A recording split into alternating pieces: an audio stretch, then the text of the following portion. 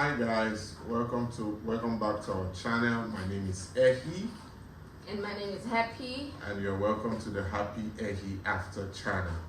The things you have to pay attention to doing if you have lived abroad for at least 6 months and you're about to leave the country you were living in. These are the things you need to pay attention to, especially for those of you who are abroad working or for those of you who are studying abroad.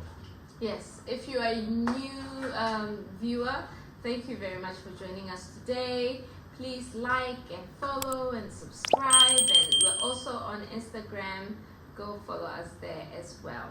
Yes, and you're still welcome to our channel where we try to give as many useful tips from our experiences to help you make better decisions for yourself. Actually, this video is very important because this is graduation season and many students, especially from China, are leaving, and I'm sure even other parts of the world, foreign international students are going back home. So this video will be very, very helpful. So what's at the top of the list? Now let's get into the list. Number one thing you want to do, if you have lived in a country for at least 6 months, before leaving, you should obtain a non-criminal record certificate. Now, the process for this might be different from each country, but make sure you get this done before you leave. The reason is because for any regular immigration process or some visa application process, you'll be needed to declare everywhere you have lived in for the last 10 years and to provide non-criminal records for your period in that country. This document is usually obtained from the police around you. So if you want to know about it, just go to the local police station and they will direct you on how to do it. And then number 2 on the list is, especially if you're a student, make sure that all your certificates and your degrees are notarized. Yes, you have to go through the notarization process. Yes. And if you studied in a country in which the official language is not English, you have to pay attention to translation and also the notarization process for that country or for the country where you intend to use it. Yeah. Number 3 on the list, you don't want to be a criminal. And it's easy to be a criminal even without intending to be a criminal. Make sure you pay up all your outstanding bills and loans before you leave the country. Yeah.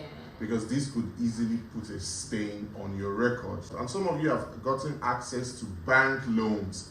Don't be a thief. Pay your loans before you leave.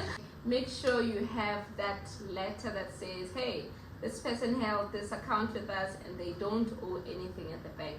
Or if you didn't have any debt, you might also want to get some kind of record from the bank or a reference letter from the bank to show how outstanding of a customer you are. Yes, the reason is because some countries would require you to bring a reference letter from the bank in the country where you lived previously in order for you to open a bank account. Yeah. So please pay attention to that. Cancel all subscription payments. Now you have paid up all your bills, but if you don't cancel recurring subscriptions, it means that you will continue to be charged even while you are not in the country.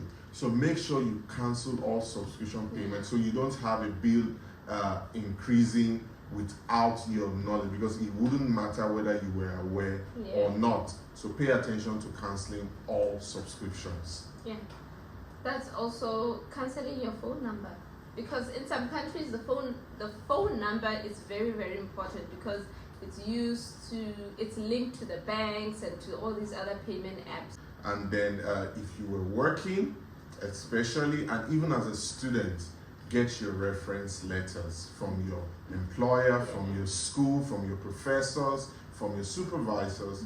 These reference letters would be helpful for you in your next job or in your in whatever you want to do. So reference letters are definitely helpful. Students, don't forsake reference letters. It is helpful in landing you that first job. And another important thing is getting your medical records. I think it's very obvious. If you're going to see a new doctor, they kind of need to know your history and what medicine you've been on and stuff like that. It's also very important for us, people with kids. If you're in China, you have to kind of translate the documents to English or you can ask a doctor to just look at your full history and write a summary report for you, and then you just have to translate that summary report about your health, so you don't have to translate each page of the medical booklet. That will be very helpful. And on the issue of kids, don't forget vaccinations. In fact, not just kids now, even adults. Your COVID vaccination, especially kids vaccination, all that record, make sure you have them with you. Please, before you leave the country, make sure you settle everything you need to settle with your landlord. Don't give chance for someone to go to the police to say this person ran away with the rent, or this person ran away after damaging the house, and making the police put some kind of record on your name. You don't want that. Imagine trying to board a plane and then that call, hey, this person, you cannot board though. Hold on there. Hold him. You know, you don't want that kind of situation. Or they eventually report you to Interpol, and you want to go and you are vacationing in Dubai, the next day they'll pick you.